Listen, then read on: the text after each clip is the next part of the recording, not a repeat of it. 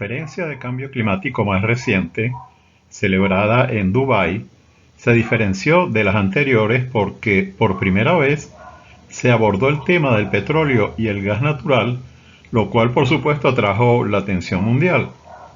Estaban en juego muchos intereses y se produjeron muchas declaraciones e información, algunas veces sesgada o matizada precisamente conforme a intereses muy particulares. En esta presentación yo me voy a referir a los resultados más relevantes de la COP28 en lo relativo a la energía y en particular al petróleo, y trataré de hacer un análisis objetivo de esos resultados. Aquí vemos el contenido. Comenzaré recordando los objetivos principales de esta conferencia. Luego voy a analizar los resultados objetivo por objetivo, resumiré lo que fue la participación de Venezuela y cerraré con un análisis de conjunto, un análisis global de lo que se logró y lo que no se pudo lograr en esta conferencia, reseñando también las próximas reuniones de negociación. Antes de repasar los objetivos de esta conferencia, creo necesario mencionar que previo a la conferencia, las Naciones Unidas presentaron un informe con un balance global de los avances logrados por los países en materia de cambio climático conforme a la consolidación de los informes nacionales de contribución que presentaron los países. La evaluación se hizo desde 2015, que fue cuando se suscribió el Acuerdo de París, hasta el presente. Este informe hace un llamado de atención porque los esfuerzos prometidos por los países no son suficientes. No son suficientes para alcanzar el cumplimiento del Acuerdo de París. Se sobrepasaría fácilmente el límite establecido de aumento de la temperatura media mundial de 2 grados centígrados con respecto a los niveles preindustriales. Recordemos que ese nivel de 2 grados centígrados fue sugerido por la ciencia y fue establecido por estimar que si se sobrepasa ese valor, se van a producir disminuciones significativas de la productividad agrícola en muchos países debido a eventos de sequía prolongada. Además, muchas ciudades estarían sometidas a penurias de agua y prácticamente se perderían los ecosistemas de corales, entre muchos otros impactos.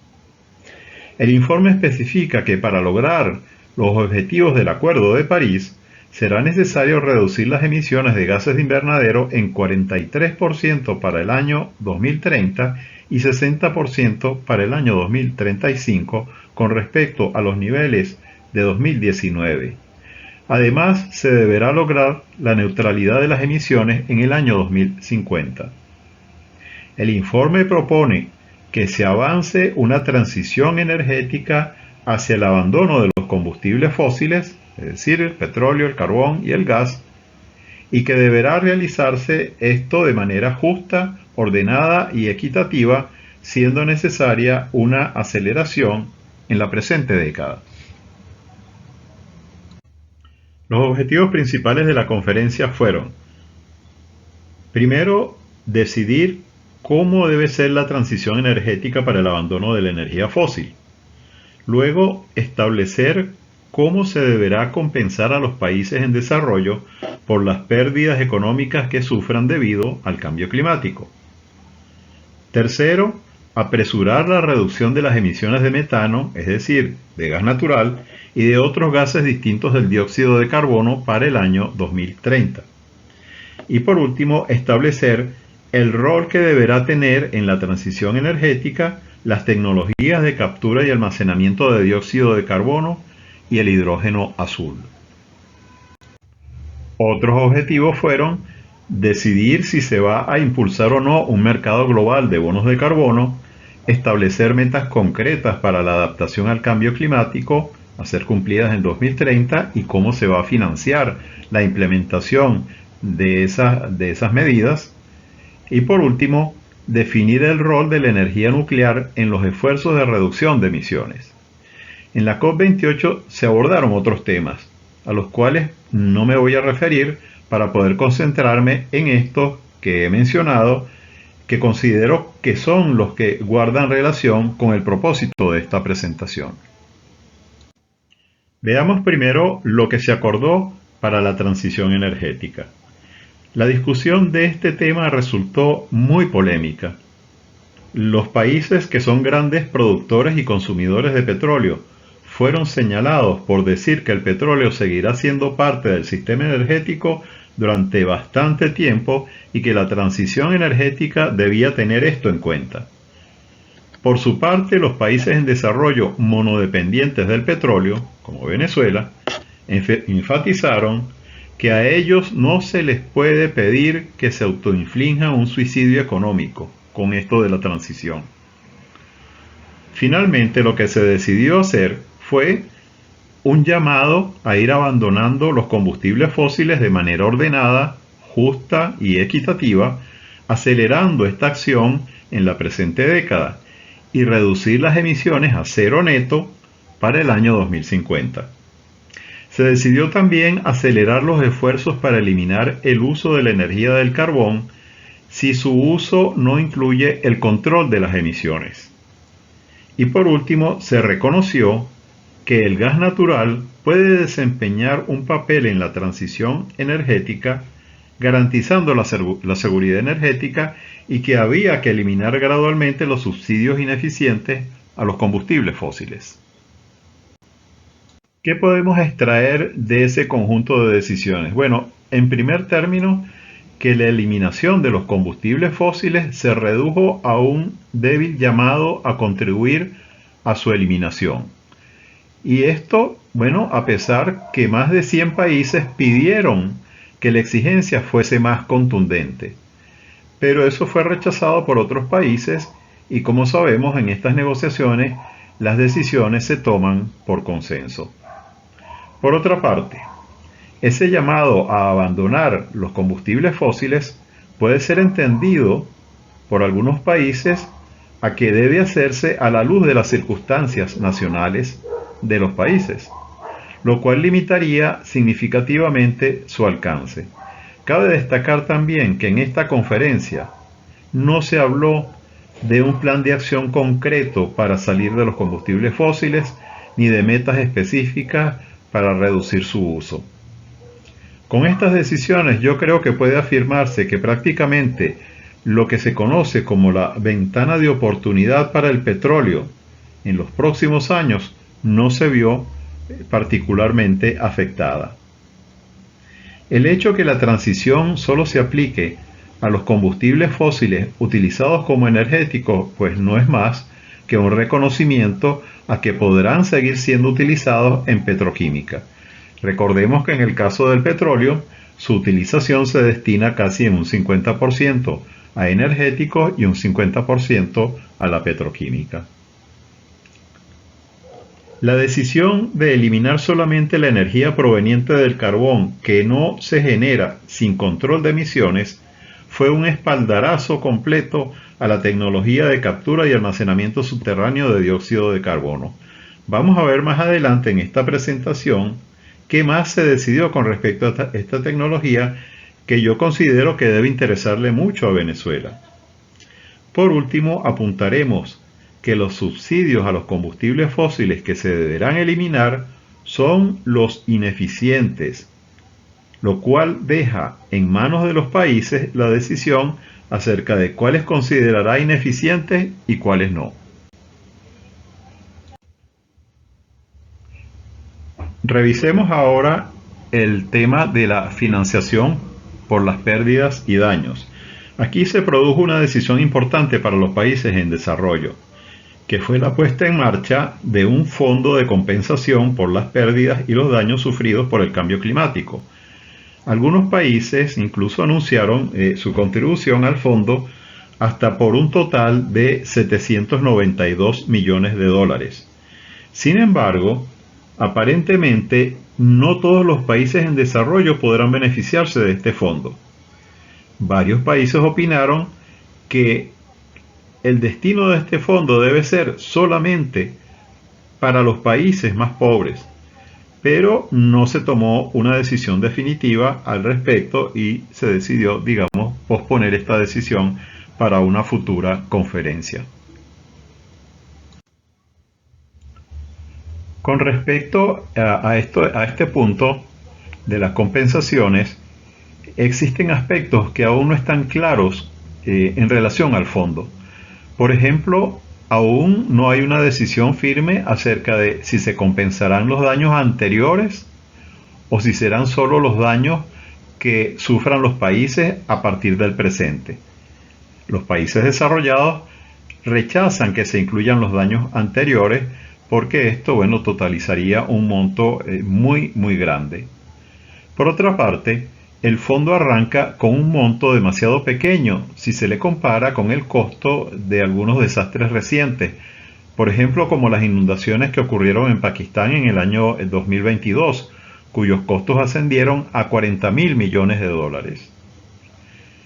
Por otro lado, la contribución al fondo aportado por los Estados Unidos fue considerado pues como una cosa muy pequeña, una miseria, ¿no? Y a pesar que varios países deseaban que el fondo se localizara o fuese manejado directamente por Naciones Unidas, finalmente se designó fue al Banco Mundial para que, digamos, administrara este fondo. Con respecto a las emisiones de metano, esto se refiere principalmente a las fugas y venteos de gas natural en la industria petrolera. Y aquí, bueno, se decidió que se debe acelerar la reducción de esas emisiones de metano para el año 2030. Este tema se trató particularmente en la reunión ministerial de la Conferencia de las Partes. Como sabemos, en estas conferencias se destina 1 o 2 días a que se reúnan los ministros asistentes, principalmente ministros de energía en este caso, y en esa reunión las Naciones Unidas presentó un sistema de alerta y respuesta al metano, el sistema MARS. Ese sistema MARS detecta las fugas con una tecnología satelital y luego esa información que va, a Naciones Unidas se le informa a los gobiernos y al mismo tiempo se le ofrece financiamiento para la reducción de las emisiones, principalmente, por supuesto, a los países en desarrollo. Y asimismo, en los eventos paralelos, que son estos eventos que se organizan simultáneamente, que está ocurriendo, las reuniones de negociación, hay unos eventos paralelos donde acuden algunos países, incluso empresas, hacer, conferencias, hacer exposiciones, presentaciones para demostrar lo que están haciendo en materia de cambio climático. Bueno, en los eventos paralelos se hicieron varios anuncios con respecto precisamente a las emisiones de metano. Por ejemplo, el Banco Mundial lanzó un fondo de 250 millones de dólares para donaciones y asistencia técnica a los países en desarrollo que quieran reducir sus emisiones generadas por su industria de petróleo y gas. Creo que este es un anuncio interesante para Venezuela. Asimismo, 50 empresas petroleras dijeron que van a reducir sus emisiones de metano a casi cero para el año 2030, ¿no?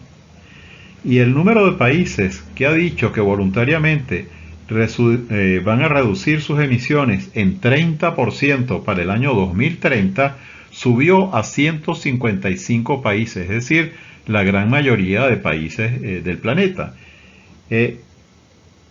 Lamentablemente, Venezuela pues no se pronunció al respecto, es decir, no se ha comprometido todavía con esta iniciativa voluntaria de la gran mayoría de países. Lo que podemos decir con respecto a las decisiones para el metano es que, al igual que para el petróleo, aquí no se adoptaron metas concretas de reducción.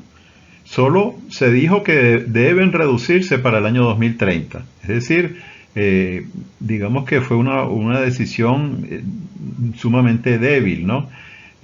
Con respecto al sistema de detección, ese sistema de detención MARS, que fue anunciado por Naciones Unidas, bueno, no es seguro que solamente con este sistema se pueda presionar suficientemente a los gobiernos para que reduzcan sus emisiones de metano. Es decir, Naciones Unidas le va a informar a los gobiernos de los países, mire, usted está emitiendo tanto en tal lugar, y el país, pues en cuestión, sencillamente puede decirle, ajá, muchas gracias por la información, y eso se queda allí, ¿no?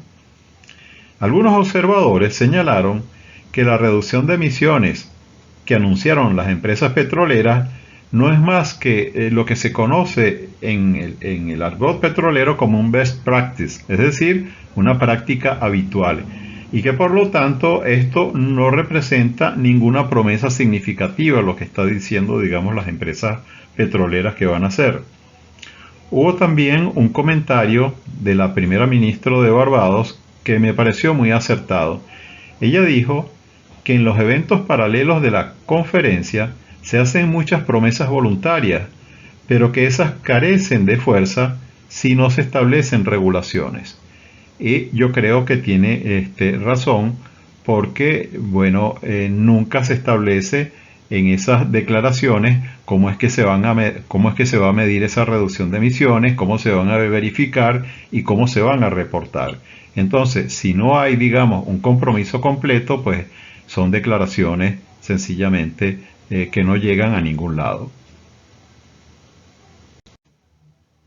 Con relación a las decisiones sobre las tecnologías neutras en emisiones, se acordó, por una parte, acelerar la adopción de sistemas energéticos con cero o bajas emisiones de carbono para mediados de siglo. Específicamente, impulsar las tecnologías renovables, de energía nuclear, la captura y almacenamiento subterráneo de dióxido de carbono, a ser utilizada esta última en los sectores industriales donde es difícil reducir las emisiones, es decir, en las plantas siderúrgicas, en las plantas de cemento, en las plantas de refinación, en las termoeléctricas, etcétera. Y asimismo impulsar la producción de hidrógeno con bajas emisiones, es decir, hidrógeno azul, hidrógeno verde. Los Estados Unidos, pues allí indicó que ya está promoviendo la tecnología de almacenamiento subterráneo con una ley que fue adoptada recientemente, que es la Ley de Reducción de la Inflación, y que sus principales empresas petroleras ya están desarrollando proyectos de almacenamiento subterráneo de dióxido de carbono.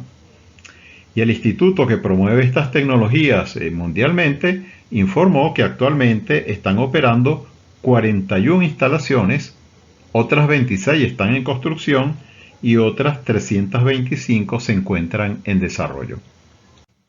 Con respecto a la tecnología de almacenamiento subterráneo de dióxido de carbono, la Agencia Internacional de Energía informó que para lograr el objetivo de neutralidad carbono en el año 2050, era necesario llegar a almacenar anualmente 1.600 millones de toneladas de dióxido de carbono para 2030 y entre 6.000 y 8.000 millones de toneladas para el año 2050. Los proyectos actualmente previstos solo permitirían almacenar 360 millones de toneladas por año en el año 2030, es decir, muy poco. Y en consecuencia dijo que la importancia del rol de esta tecnología es cuestionable para las próximas 3 décadas. Es decir, que esta tecnología pues está entrando en el mercado demasiado tarde, ¿no? Es decir, no la descarta, considera que es importante, pero que no va a tener, digamos que, un rol significativo o el que se desea en cuanto al volumen de reducción de emisiones para el año 2030. Ciertamente, los incentivos legales que se están dando en Estados Unidos pueden acelerar el avance de esta tecnología. Sin embargo, también deberá considerarse que el almacenamiento va a tener que competir en algunos casos con las energías renovables y también con las incertidumbres para la creación de un mercado global de bonos de carbono que también se requiere para la viabilización del almacenamiento subterráneo. Yo creo que es oportuno recordar que en Venezuela existe un potencial teórico de almacenamiento subterráneo de dióxido de carbono muy importante, ¿no? Particularmente en yacimientos de petróleo pues ya abandonados después de una explotación de tanto tiempo, ¿no?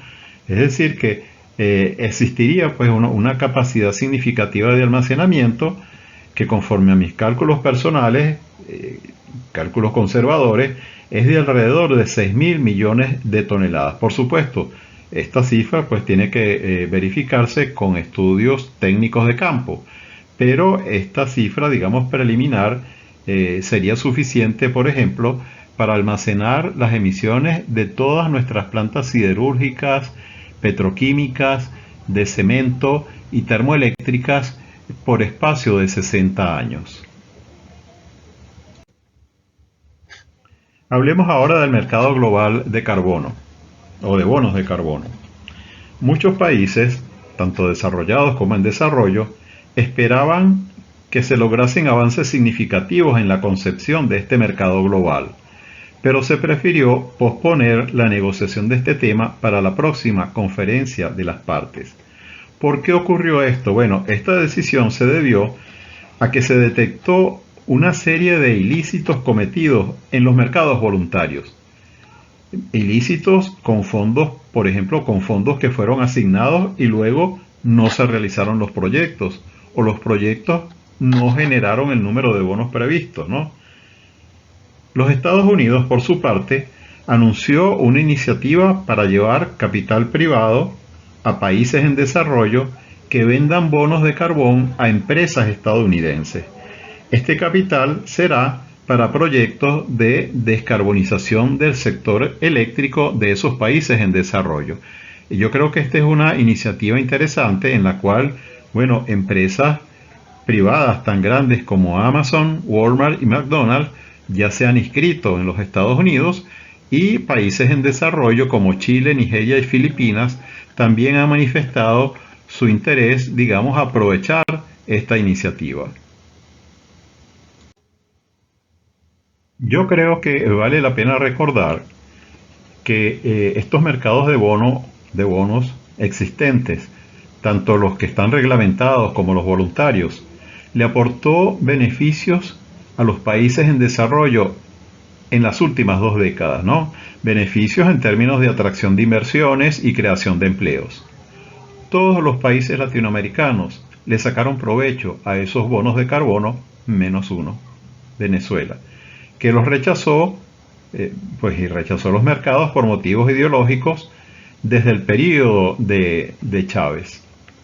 Actualmente, esos mercados ya no son tan atractivos porque el precio de los bonos se desplomó debido precisamente a los ilícitos que mencioné anteriormente, en la lámina anterior. Pero bastará con que la conferencia de las partes dé algunas señales de querer impulsar un mercado global para que los precios de los bonos vuelvan a subir. A futuro, persiste el optimismo por la creación de un mercado global. Yo creo que este es un tema que da para un foro por sí mismo, ¿no? Pero lo dejaré hasta aquí en esta presentación por las limitaciones de tiempo. Con respecto a la adaptación al cambio climático, por fin se produjeron algunos avances. Para 2030 los países deberán completar lo siguiente: la evaluación de los impactos potenciales, la exposición a riesgos y sus vulnerabilidades.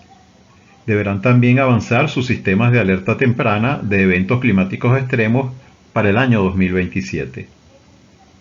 Asimismo, deberán elaborar su Plan Nacional de Adaptación, y para 2030 también deberán establecer un sistema de monitoreo, evaluación y aprendizaje de sus esfuerzos de adaptación. Sin embargo, siguen sin resolverse las divergencias existentes con respecto al financiamiento. Los países desarrollados solo ofrecen a los países en desarrollo 40.000 millones de dólares al año, y estos requieren 400.000 millones de dólares por año. Las divergencias existentes acerca del financiamiento, no solo de la adaptación, también para proyectos de mitigación, es seguramente uno de los temas más difíciles de negociar en las conferencias, ¿no? Y es motivo de frustración y de pérdida de confianza entre los países desarrollados y los países en desarrollo desde hace ya un cierto tiempo. Las promesas hechas por el pasado por los países desarrollados no se cumplieron. y en el presente no hay entendimiento con respecto a los montos a acordar.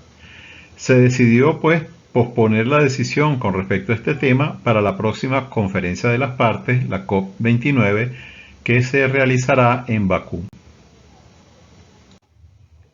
Brevemente, con respecto a la energía nuclear, se acordó incluirla como parte de la solución para alcanzar la neutralidad carbono en el año 2050.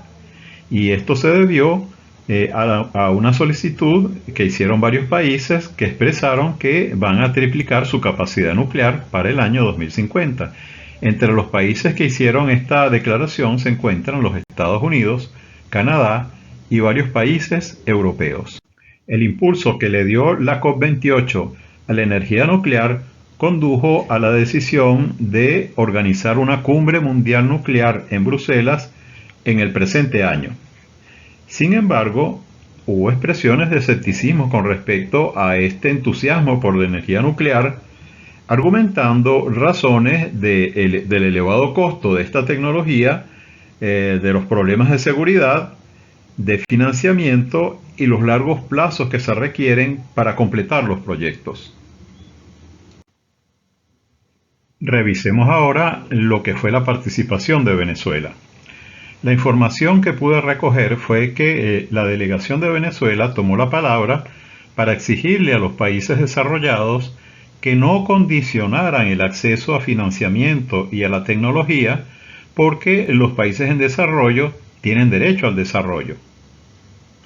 Pero no hizo ningún pronunciamiento acerca de los temas energéticos, y esto yo creo que es algo que no debería causar sorpresa, porque la designación que se hizo para representarnos en la conferencia recayó en el Ministerio del Ecosocialismo, que es un ministerio pues que no posee atribuciones en materia de energía y de petróleo. En los eventos paralelos sí tuvo mucha actividad la delegación nacional, porque la delegación suscribió en nombre del país varias declaraciones relativas a la sostenibilidad agrícola, a los sistemas alimentarios, clima y salud, la paz mundial, a las perspectivas de género en la transición energética, a los océanos, la niñez y la juventud. Recordemos que muchas de estas declaraciones se hacen solo para proyectar una imagen porque por lo general no conducen a realizaciones concretas. También la delegación hizo el anuncio del inicio de la elaboración de la tercera comunicación nacional, que será coordinada precisamente por el Ministerio del Ecosocialismo. Pasemos ahora a las conclusiones que podemos establecer a partir de un análisis de conjunto, un análisis global de las decisiones que se adoptaron en esta conferencia. Lo primero a destacar es que no se está avanzando en el cumplimiento del Acuerdo de París. Para que eso suceda, la reducción del consumo de combustibles fósiles debería ser de 3% interanual para el petróleo y el gas natural y 7% para el carbón. En su lugar, el consumo sigue aumentando año tras año y se sigue invirtiendo en más y más petróleo y gas natural. Y esto es totalmente contradictorio con la aceptación por parte de los países de que se deben abandonar los combustibles fósiles. En segundo lugar, no hubo contundencia en la exigencia de reducir el consumo de energía fósil, como vimos en la presentación. Con respecto al petróleo, no se fijaron restricciones, limitaciones o prohibiciones en la exploración y explotación de yacimientos. Y con respecto al gas natural, este fue aceptado como un combustible de transición energética y por lo tanto se puede perfectamente seguir invirtiendo en gas.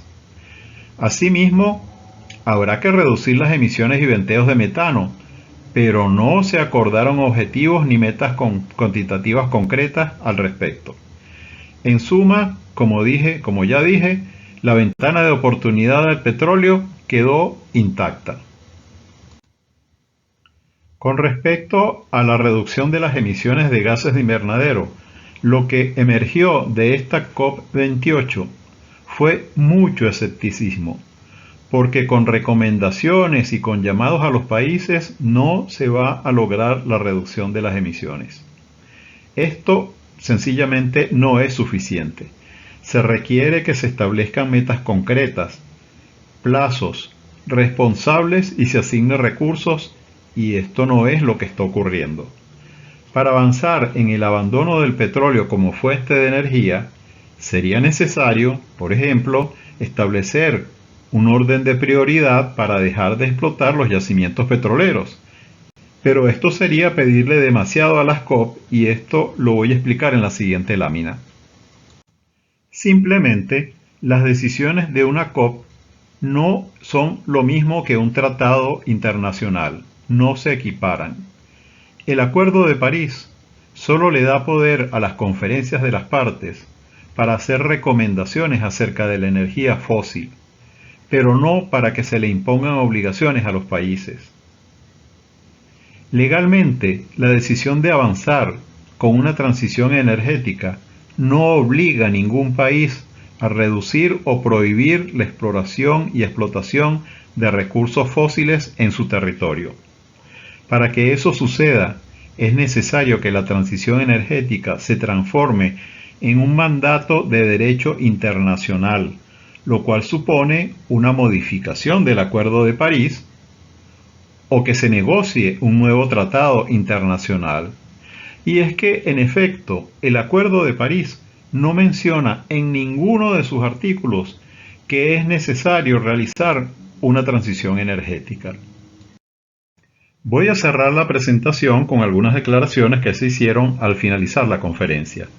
Simon Stiell, quien es el secretario ejecutivo de la Convención de Cambio Climático, es decir, un alto funcionario de Naciones Unidas, dijo que, aunque en Dubái no se pasó la página de los combustibles fósiles, esto era el comienzo del fin de los combustibles fósiles. Y tiene razón, es cierto. Los países admitieron que es necesario abandonar la energía fósil, pero esta declaración, que repercutió en los medios informativos mundiales y cuya intención fue comunicar que la COP28 cumplió con su cometido, no refleja toda la verdad de lo que allí sucedió, de lo que allí se decidió. Por ejemplo, no dice que el camino para abandonar el uso de los combustibles fósiles será difícil y largo, muy largo con respecto a lo que se requiere para cumplir el Acuerdo de París. Otra declaración, menos difundida por los medios, fue la del príncipe ministro de Energía de Arabia Saudita, que dijo que el texto de la conferencia ofrece alternativas, pero no afecta las exportaciones de petróleo. Esto también es cierto, pero tampoco refleja toda la verdad. Y al lado de estas dos verdades parciales hay una tercera verdad. Esa tercera verdad es que el planeta incontestablemente se está calentando. Este gráfico, el de la parte superior, muestra la temperatura atmosférica media global entre 1940 y el presente. Y ahí se observa, en la curva roja, que el año pasado la temperatura media mundial no solo estuvo muy por encima del promedio, sino también fue mayor a todas las temperaturas medidas en el pasado. En el otro gráfico, en la parte inferior, nos muestra lo mismo para la temperatura promedio de los océanos. Podemos entonces afirmar que si bien pudiera estar comenzando el fin de los combustibles fósiles, el cambio climático ya comenzó. Es decir, que claramente el cambio climático le lleva totalmente la delantera al abandono de los combustibles fósiles. Las próximas conferencias tendrán lugar en Azerbaiyán al final del presente año y luego en Brasil en el año 2025, es decir, el año próximo, donde se abordará el tema de la deforestación y en la que los países deberán presentar un nuevo informe de contribución comprometiéndose con aumentar su reducción de emisiones de gases de efecto invernadero. Gracias a todos por su atención.